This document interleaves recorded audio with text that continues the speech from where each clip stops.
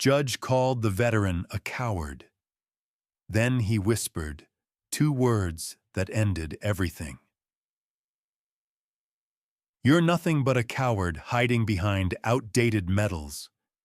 Judge Harrison Blake's voice echoed through the packed courtroom as he glared down at the 82-year-old man in the witness chair. The veteran's hands trembled slightly as he clutched a faded photograph, his weathered face showing decades of pain. But when he finally leaned into the microphone and whispered just two words, the entire courtroom went dead silent, and the judge's career was over. The morning air hung heavy with tension inside Courtroom 7 of the Federal District Court in Washington, D.C. What should have been a routine civil hearing had drawn an unexpectedly large crowd, filling every available seat with a mix of legal professionals, veterans, and curious onlookers. The case itself seemed straightforward enough: a property dispute between 82-year-old Samuel Torres and his neighbor over a fence line. But Judge Harrison Blake had turned it into something much darker. Blake was a man who had built his career on intimidation and theatrical displays of power. At 58, he had been on the bench for 15 years, during which he had developed a reputation for harsh sentences and courtroom dramatics that played well with certain political constituencies. He had never served in the military himself, a fact that seemed to fuel his particular disdain for veterans who appeared in his courtroom. Samuel Torres sat quietly in the witness chair, wearing a simple gray suit that had seen better days. On his left lapel was a small ribbon, the only visible indication of his military service. His hands, spotted with age and marked by decades of manual labor, held a black and white photograph that he refused to let go of, even when the bailiff had asked him to place his personal items aside. The questioning had started routinely enough. Torres was there to testify about the disputed property line, explaining that he had maintained the fence in question for over 30 years. But Judge Blake had quickly shifted the focus to Torres's military service, demanding to know what makes you think your time in the Army gives you any special rights to that property. "Your Honor," Torres's attorney had interjected, "my client's military service isn't relevant to this property dispute." Blake had silenced him with a withering stare. "I'll decide what's relevant in my courtroom, counselor." Mr. Torres brought up his military service first when he claimed he deserved respect for his sacrifices. "I want to know exactly what those sacrifices were." The questioning that followed was brutal and deeply personal. Blake demanded details about Torres's service record, his medals, his combat experience, all while maintaining a tone of barely concealed mockery. "So you claim you were in Vietnam, Mr. Torres. What did you do there? File paperwork? Cook meals for real soldiers?" The spectators in the courtroom shifted uncomfortably as Blake's interrogation continued. Several veterans in attendance recognized what was happening. This wasn't legal questioning. It was harassment designed to humiliate an old soldier. Torres answered each question quietly and with dignity, but Blake wasn't finished. "I see from your records that you received several commendations, Mr. Torres. Tell the court exactly what you did to earn them." Torres hesitated, his grip tightening on the photograph. "I'd rather not discuss the details, Your Honor. It was a long time ago." Blake's eyes lit up with predatory satisfaction. "Oh, you'd rather not discuss it? How convenient. Is that because you know these medals don't mean anything? That they were probably handed out like participation trophies?" The courtroom gasped at Blake's words. Even seasoned court reporters looked up from their machines in shock. This was crossing a line that no judge should cross, but Blake was just getting started. "You know what I think, Mr. Torres? I think you're hiding behind these outdated pieces of metal because you're ashamed of what you really did over there. I think you're nothing but a coward who's been trading on unearned sympathy for decades. The word coward hung in the air like a physical blow.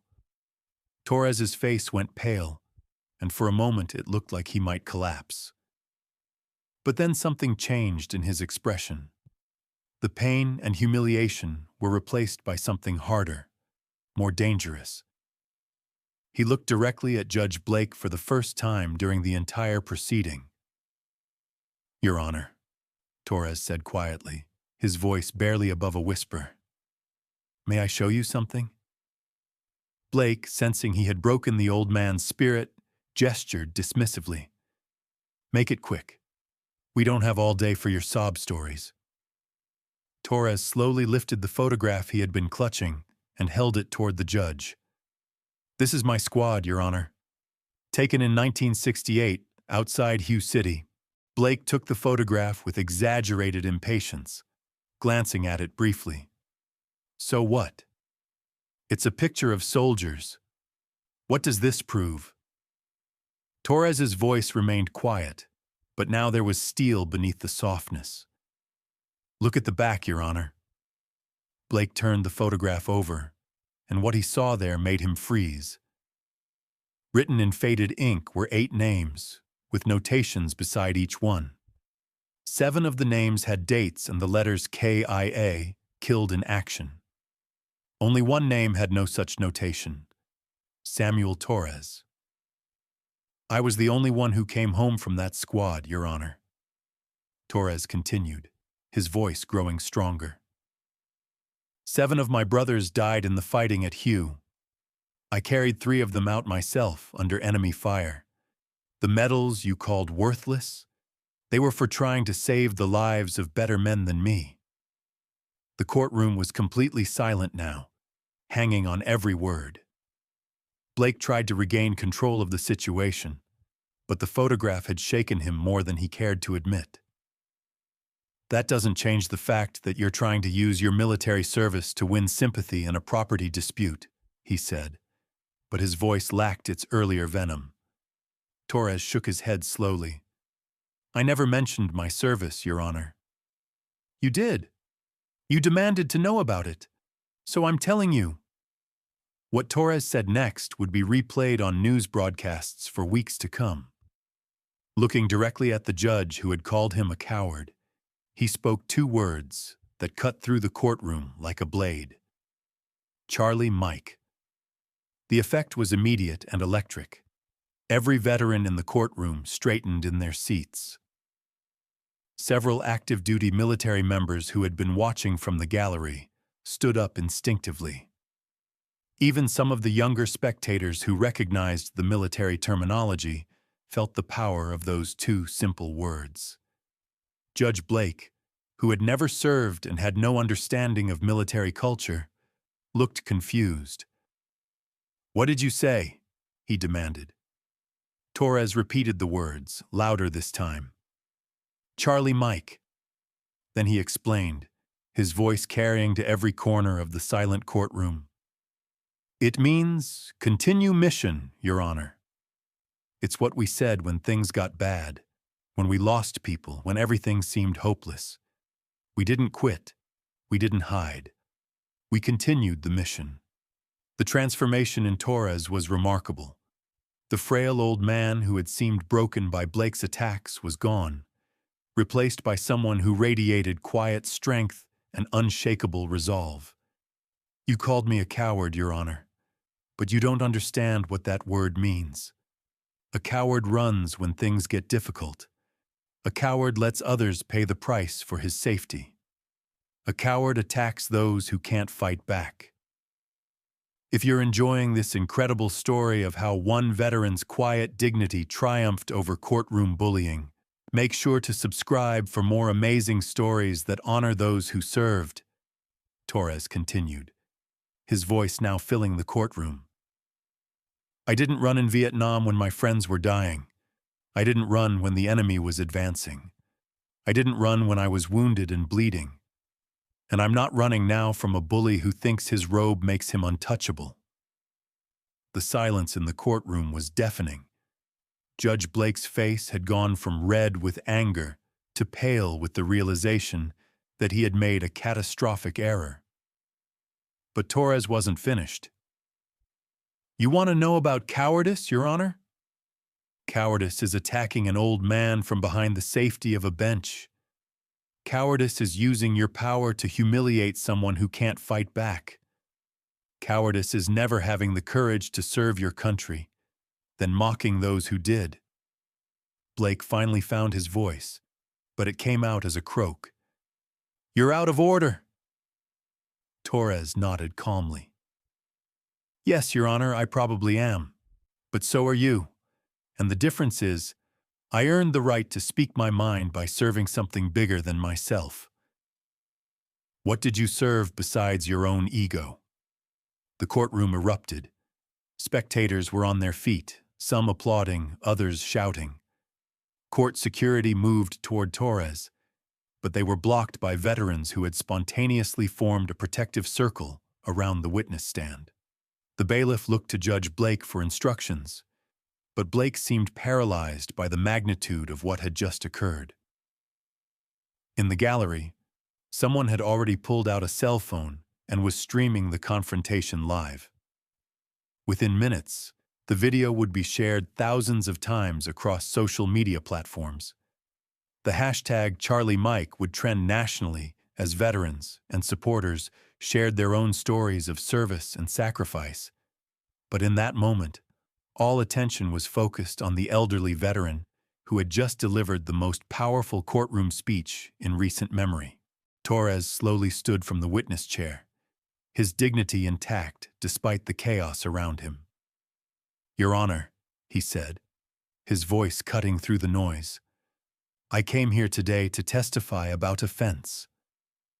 Instead, you've reminded me why I served in the first place, to protect the right of all Americans to be treated with dignity and respect, regardless of their age or appearance." He placed the photograph carefully back in his jacket pocket. "I'm going home now. My mission here is complete." As Torres walked toward the courtroom exit, every veteran in the room stood and rendered a silent salute. It was a spontaneous tribute to a man who had endured one final battle and emerged victorious not through violence, but through the quiet strength that comes from a lifetime of service. Judge Blake remained on the bench, but his authority had evaporated completely. Within hours, formal complaints would be filed with the Judicial Conduct Board. Within days, calls for his resignation would come from veterans' organizations, legal ethics groups, and political leaders from both parties. Within weeks, he would announce his early retirement, his career destroyed by his own cruelty and ignorance. The property dispute that had brought Torres to court was resolved quietly out of court, with his neighbor publicly apologizing and agreeing to all of Torres's requests. But the real resolution came in the days that followed, as Torres received thousands of letters, emails, and phone calls from veterans and civilians who had been inspired by his courage in standing up to a bully. Samuel Torres never sought fame or recognition for his confrontation with Judge Blake. He returned to his quiet life, tending to his garden and maintaining the fence that had started the whole dispute. But his two words, #CharlieMike, became a rallying cry for veterans and anyone who had ever been bullied by those in power. The phrase appeared on bumper stickers, T-shirts, and social media profiles as a reminder that sometimes the mission continues long after the official war is over. The courtroom where Torres made his stand now bears a small plaque, placed there by the Judicial Conduct Board as a reminder to all judges who serve there. Justice requires not just the power to judge, but the wisdom to recognize the dignity in all who appear before the court. It's a lesson that came too late for Judge Blake, but one that will guide future generations of jurists who understand that true authority comes from service, not from the abuse of power. #CharlieMike, continue mission. 2 words that reminded an entire nation that the values our veterans fought to defend don't end when the shooting stops. They continue in every courtroom, every classroom, every community where Americans stand up for what's right, no matter the cost. Samuel Torres understood this, even if Judge Blake never did. And in the end, that understanding made all the difference.